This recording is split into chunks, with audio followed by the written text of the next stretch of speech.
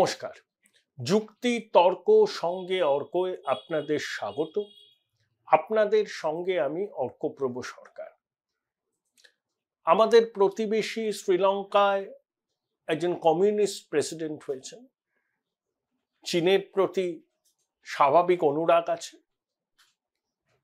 আমাদের বাংলাদেশের অন্তর্বর্তী সরকার পাকিস্তানের সঙ্গে ঘনিষ্ঠতা বাড়াচ্ছে। শাহবাজ শরীফের সঙ্গে ইউনিসের রাষ্ট্রপুঞ্জের সাধারণ সভার মাঝে দ্বিপাক্ষিক বৈঠক হবে। বাংলাদেশিরা পাকিস্তানে গেলে এখন ভিসা অন অ্যারাইভাল। বাংলাদেশ রেডিওতে উর্দু সম্প্রচার শুরু হয়েছে। জিন্নার জন্মদিন মহা ধুমধামে পালিত হচ্ছে। বাংলাদেশে হিন্দু, খ্রিস্টান, শিখ, বৌদ্ধ ঐক্য পরিষদের যিনি সভাপতি, সুপ্রিম কোর্টের বিশিষ্ট আইনজীবী, সত্তরোর্ধ্ব চট্টগ্রামের আদিবাসিন্দা রানা দাশগুপ্তকে খুনের মামলায় সমন পাঠিয়েছে পুলিশ। বাংলাদেশে হিন্দুরা আক্রান্ত হচ্ছে। সংবাদপত্রের স্বাধীনতা খর্ব। বহু সাংবাদিককে খুনের মামলা দেয়া হয়েছে, তারা পালিয়ে পালিয়ে বেড়াচ্ছেন। পার্বত্য চট্টগ্রামের চাকমাদের সঙ্গে সেটেলারদের সংঘর্ষ হচ্ছে। বাউলের আখড়া, সুফি মাজার ভাঙা হচ্ছে। ঢাকা বিশ্ববিদ্যালয় এবং জাহাঙ্গীরনগর বিশ্ববিদ্যালয়ে পিটিএ খুনের অভিযোগ হয়েছে। ঢাকার জাতীয় মসজিদ বায়তুল মোকাররম, সেখানে দুদল ইমামের সমর্থকদের মধ্যে সংঘর্ষ হয়। অর্থাৎ বাংলাদেশে কার্যত মাৎসন্যায় চলছে। আবার এর মধ্যে চীনপন্থী প্রেসিডেন্ট ক্ষমতায় এসছে শ্রীলঙ্কায়। পাকিস্তান বাংলাদেশ সম্পর্কের উন্নতি হচ্ছে। এটা হচ্ছে আমাদের পড়শি দেশের অবস্থা। কাশ্মীরে নির্বাচনে রেকর্ড টার্ন আউট হয়েছে এখনো পর্যন্ত। সন্ত্রাসবাদীদের রক্তচক্ষুকে উপেক্ষা করে মানুষ কিন্তু তাদের গণতান্ত্রিক অধিকার প্রয়োগ করেছেন। এখনো পর্যন্ত নির্বাচন নির্বিঘ্নে হয়েছে। সামনে আসছে হরিয়ানার ভোট। দীপাবলির পরে মহারাষ্ট্র, ঝাড়খণ্ডের ভোট। হরিয়ানায় 90টা আসন, দুবার সেখানে বিজেপি ক্ষমতায়। এবার বিজেপিকে 10 বছরের প্রতিষ্ঠান বিরোধিতার মোকাবিলা করতে হবে। মনোহরলাল খাট্টারকে কেন্দ্রে মন্ত্রী করা হয়েছে। নায়েব সিং সাইনি মুখ্যমন্ত্রী হয়েছে। জননায়ক জনতা পার্টি যারা ছিল বিজেপির জোট সঙ্গী, তারা আলাদা করে বেরিয়ে গেছে, তারাও লড়ছে। অর্থাৎ বিজেপি বিরোধী ভোটটা কংগ্রেস জেজেপির মধ্যে ভাগ হয়ে যেতে পারে। মায়াবতী ওখানে প্রচারে যাবেন। ইতিমধ্যে কুমারী শৈলজা, দলিত নেত্রী, হিসারের সাংসদ, তিনি একেবারে ঘরবন্দি করে ফেলেছেন নিজেকে, কারণ তার ইচ্ছা ছিল তাকে মুখ্যমন্ত্রী পদপ্রার্থী করা হোক। ভূপেন্দ্র হুডা, যিনি হরিয়ানার বিরোধী দলনেতা, তার ছেলে দীপেন্দ্র হুডা, তিনি সাংসদ। রণদীপ সুরজেওয়ালা, তিনি সাংসদ। তাদের কেউ বিধানসভা নির্বাচনে প্রতিদ্বন্দ্বিতা করছেন না। কিন্তু কুমারী শৈলজার বক্তব্য, তার অনুগামীদের বঞ্চিত করা হয়েছে। এমন 22-23টা আসন আছে হরিয়ানায় যেখানে দলিত ভোট হচ্ছে নির্ণায়ক। সুযোগ বুঝে বিজেপি আসরে নেমেছে। মনোহরলাল খাট্টার সরাসরি বলেছেন যে একজন দলিত নেত্রীকে, দলিতের মেয়েকে কংগ্রেস অহংকারের জন্য অপমান করেছে। তিনি ঘরে বসে আছেন। তিনি বিজেপিতে যোগ দিলে সম্মান পাবেন। এখন কুমারী শৈলজা কি করবেন সেটা তিনিই জানেন। কিন্তু কংগ্রেসের বাড়াভাতে ছাই ফেলার পক্ষে এই ঘটনাগুলো কিন্তু যথেষ্ট। তাহলে একদিকে আমাদের প্রতিবেশী দেশে অশান্তি, তারপর কাশ্মীরের মতো গুরুত্বপূর্ণ জায়গায় নির্বাচন। ডিলিমিটেশনের পরে জম্মুতে আসন সংখ্যা বেড়েছে। জম্মুতে যদি বিজেপি সুইপ করে আর কাশ্মীরে 2-3 নির্দলের সমর্থন যদি তারা পায়, তারা সরকার গঠন করতে পারে। রাম মাধবকে আবার পাঠানো হয়েছে কাশ্মীরের পরিস্থিতি এবং পলিটিক্যাল ডিল করার জন্য। 2018 তো হবে, মেহবুবা মুফতির সঙ্গে বিজেপির সমঝোতার মূল কারিগর ছিলেন রাম মাধব। পরে রাম মাধবের সঙ্গে অমিত শাহের সম্পর্কের অবনতি হয়, তিনি কার্যত ওয়াইল্ডনেসে চলে যান, আবার তাকে মেইন স্ট্রিমে নিয়ে আসা হয়েছে। এই দুটো নির্বাচন দেশের মধ্যে, দেশের রাজনীতির আগামী দিনের গতি প্রকৃতি কিরকম হবে তার একটা আভাস পাওয়া যাচ্ছে। কারণ লোকসভা নির্বাচনের 3-4 মাস বাদেই নির্বাচন হচ্ছে, আবার দীপাবলির পরে মহারাষ্ট্রে হবে, তারপরে ঝাড়খণ্ডে হবে, আর নতুন বছরের গোড়ায় দিল্লিতে হবে। তাহলে তৃতীয় মোদী সরকারের কাজকর্মের উপর এটা কার্যত একটা গণভোট হবে বলে বিরোধীরা প্রচার করছে। আবার বিজেপি বলছে বিভিন্ন রাজ্যের পরিস্থিতি আলাদা, আর দেশের নির্বাচন হয় নেতৃত্বের প্রশ্নে গণভোটে, আর রাজ্যের নির্বাচন সেখানকার সরকারের প্রতিষ্ঠান বিরোধিতা, সেখানকার সরকারের কাজ স্থানীয় নেতৃত্বের উপর। তাহলে এই নির্বাচনী ফলাফল, বিভিন্ন রাজ্যের নির্বাচনী ফলাফল কেন্দ্রীয় সরকারের কাজকর্মের উপর গণভোট বলে চালিয়ে দেওয়াটা ঠিক নয়। খুব গুরুত্বপূর্ণ সন্ধিক্ষণে দাঁড়িয়ে আছে দেশের রাজনীতি। একদিকে বাংলাদেশের কার্যত মৌলবাদীদের দখলে বাংলাদেশ চলে যাচ্ছে, সেনার হাতে ম্যাজিস্ট্রেসি পাওয়ার, অর্থাৎ জরিমানা আদায় করা, গ্রেপ্তার করা 2 মাসের জন্য। মোহাম্মদ ইউনূস যে কার্যত ব্যর্থ প্রশাসক প্রমাণিত হয়ে গেছে।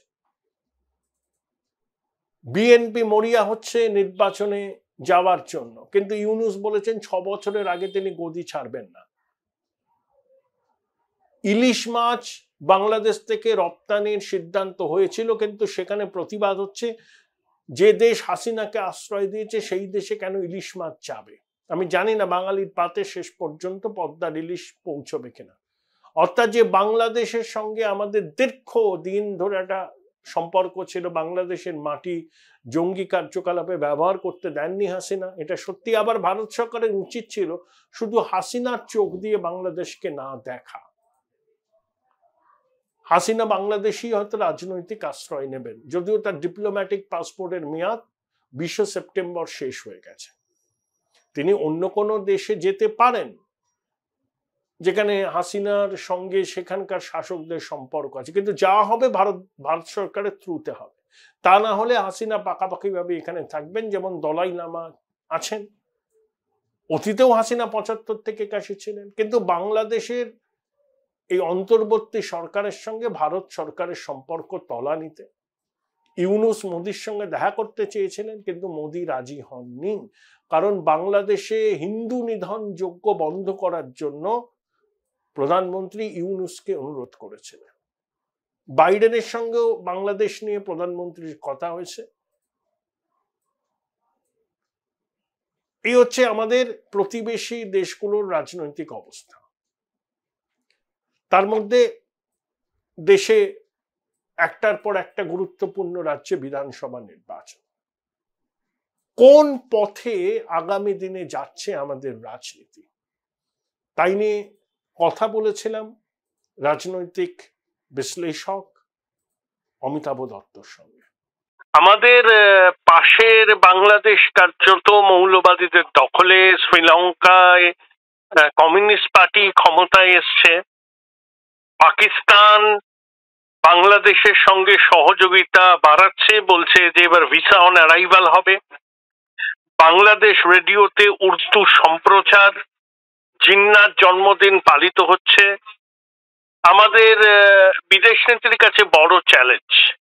কিভাবে এই চ্যালেঞ্জের মোকাবিলা করা যায়? বিদেশ নীতি বলছেন, আভ্যন্তরীণ নীতিটা বড় চ্যালেঞ্জ ভারতবর্ষে। কারণ এটা অনেকেই হয়তো ভেবেছে যে কিছু লোক আগমার্কা বিজেপি বা আরএসএস এর বিরোধিতা করে, কিন্তু রাজনৈতিক কারণে ছাড়াও একটা বড় সামাজিক কারণ আছে, এবং ধর্মীয় কারণ তো বটেই। এই যে উগ্র হিন্দুত্ববাদ ভারতের পক্ষে কাউন্টার প্রোডাক্টিভ। উগ্র হিন্দুত্ববাদকে প্রচার করে হিন্দুবাদী ভোট নিয়ে ক্ষমতায় আসা যায়, কিন্তু তাতে ইন্ডিয়ান সাবকন্টিনেন্টে একটা অস্থিরতা সৃষ্টি হয়। বাংলাদেশে কিন্তু বরাবরই 50-50, মানে উদারপন্থী 50% আর আপনার কট্টরপন্থী 50%। এটা যারা বাংলাদেশ সম্পর্কে জানে তারা এটা নজর রাখে। এখন এই ভারতবর্ষে যে গত 10 বছর ধরে ওই তারপরে আপনার ওই যেটা সিটিজেনশিপ ইত্যাদি এইসব যত এসব চলেছে এবং এই ঘুষপেটিয়া এসব বলে, এতে বাংলাদেশের জনমানস কিন্তু অ্যান্টি ইন্ডিয়ান হয়েছে, যেটা আগে 12-14 বছর আগে এই ঘটনাটা ভাবাই যেত না, যেভাবে যে বাংলাদেশ অ্যান্টি ইন্ডিয়া হয়েছে। ছিল অ্যান্টি ইন্ডিয়া একটা ধারা তো ছিল, কিন্তু সেটা অ্যাগ্রাভেট করেছে, ভীষণভাবে অ্যাগ্রাভেট করেছে। তাহলে আপনি ভারত হিন্দু রাষ্ট্র তৈরি করে আপনি সমস্ত মাইনরিটিকে গালাগালি করে যাচ্ছেন, তাহলে ভারতকে কি অন্য রাষ্ট্ররা সেই অর্থে গ্রহণ করবে? এটা কিন্তু দীর্ঘদিন আগে লোহিয়া এগুলোকে সারমাইজ করেছিলেন। তাই জন্য কনফেডারেশন অফ ইন্ডিয়ান সাবকন্টিনেন্ট স্টেটের কথা তিনি বলেছিলেন যে কিভাবে রাখা যায়। আমরা সেটা রাখিনি, এবং আভ্যন্তরীণ রাজনৈতিক কারণে আমাদের প্রতিবেশী রাজ্যগুলোতে রাজনৈতিক পরিবর্তনের সহায়ক হচ্ছে বটে, এবং তার সাথে সাথে হস্টাইল ফোর্সেস গুলো ক্ষমতায় চলে আসছে। এটা কিন্তু একটা অনুধাবনযোগ্য, এবং আপনি আজকে ওয়ার্ল্ড অর্ডারে ভারতবর্ষের যে স্থানটা ছিল সেই স্থানটা আছে কিনা বুদ্ধিমান লোক এটা বিচার করবেন। এখন রাশিয়া আমেরিকা এই ব্যালেন্স তেল রুবেল ইত্যাদি যাই হোক, এটা ভবিষ্যৎ বোঝাবে যে প্রাইম মিনিস্টারের ভিজিট পৃথিবীর বিভিন্ন রাষ্ট্রে এটা ভারতের পক্ষে কতখানি কল্যাণকামী হবে, কারণ পররাষ্ট্রনীতি একদিনে তো রিফ্লেক্ট করে না, ইট টেক্স টাইম। অমিতাভ দা, অনেকগুলো রাজ্যের নির্বাচন আছে, কাশ্মীর, হরিয়ানা, তারপরে মহারাষ্ট্র, ঝাড়খণ্ড, বছর ঘুরলে দিল্লি। এই 5টা রাজ্যের নির্বাচনের ফলাফল কি কেন্দ্রীয় সরকারের কাজকর্মের উপর গণভোট বলে আপনি মনে করেন? আমি সেটা মনে করছি না। এখন কাজকর্ম দেখুন, বিজেপি সরকার কাজ কিন্তু করছে।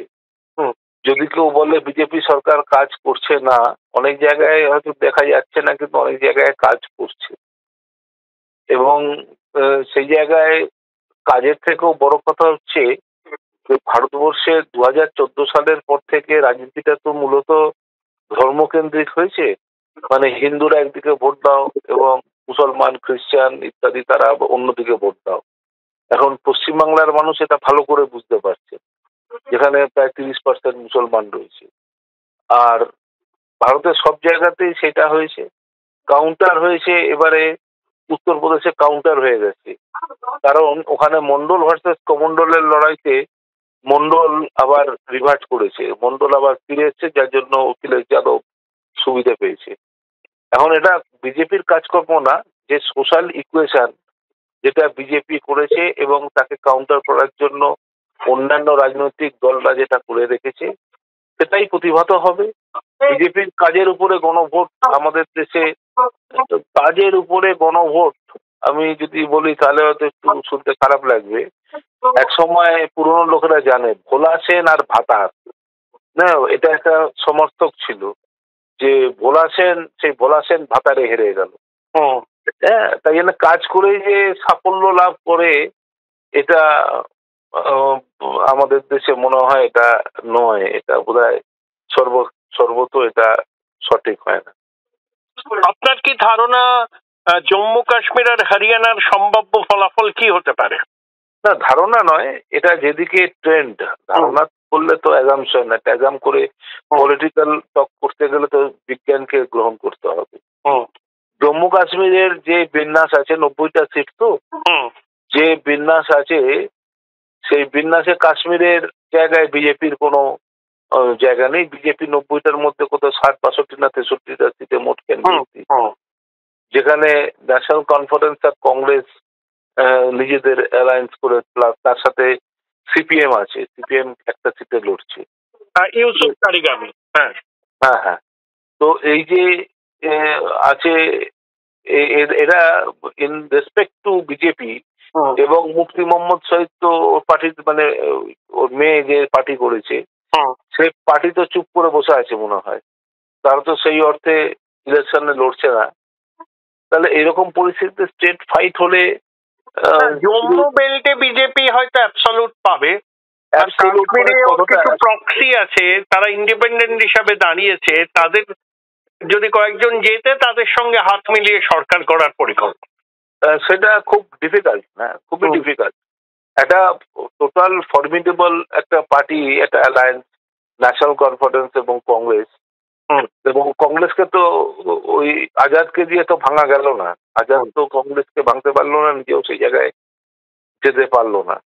সুতরাং সেখানে কংগ্রেস এবং ফারুক আবদুল্লাহর পার্টি যে জোট করেছে সে তো নিশ্চিতভাবে অনেকটাই এগিয়ে আছে। কিন্তু অতীতে বিজেপি পিডিপি সরকার করেছে জম্মু কাশ্মীরে, রাম মাধব মূলত ভূমিকাটা নিয়েছিলেন, এবারও রাম মাধব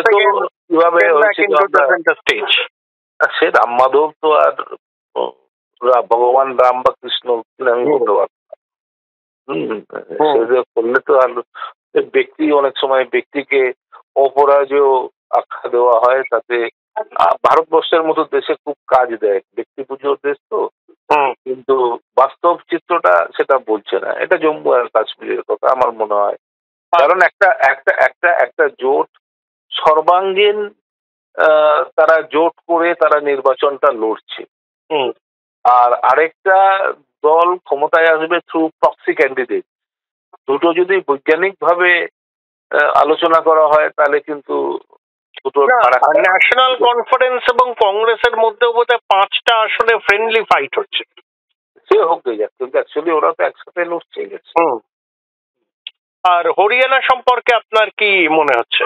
দেখুন, হরিয়ানাতে যারা রিজিওনাল পার্টি, সেই পার্টিগুলো মানে বিশেষ করে দেবিলালের থেকে যে উৎপত্তি হয়েছিল যে পার্টিগুলো, ওর পরিবারের দুটো পার্টি, একটা ইন্ডিয়ান ন্যাশনাল লোকদল আর জননায়ক জনতা পার্টি, জননায়ক জনতা পার্টি জেজেপি, এই দুটো পার্টি এবারে খুব বড় ধাক্কা খেতে চলেছে। সেটা আর বিশেষজ্ঞ হওয়ার কোনো দরকার হয় না, বোঝানো না, যারা একটু খোঁজ খবর রাখে তারা জানে। তো এবারে লড়াইটা হচ্ছে কংগ্রেস বনাম বিজেপির মধ্যে স্ট্রেট ফাইট। কিন্তু ওখানে একটা বিরাট সংখ্যক মানুষ আছে যারা কংগ্রেসকেও সমর্থন করে না, বিজেপিকেও সমর্থন করে না, তারাই কিন্তু ঝুঁকত ওই দেবিলালের দিকে, দেবিলালের পার্টি, তার বংশভূত পার্টির প্রতি ঝুঁকত। সেইখানে এবারে আম আদমি পার্টি টুপিটা ছুঁড়ে ফেলেছে। তারা ওখানে কি করবে না করবে, কটা সিট পাবে।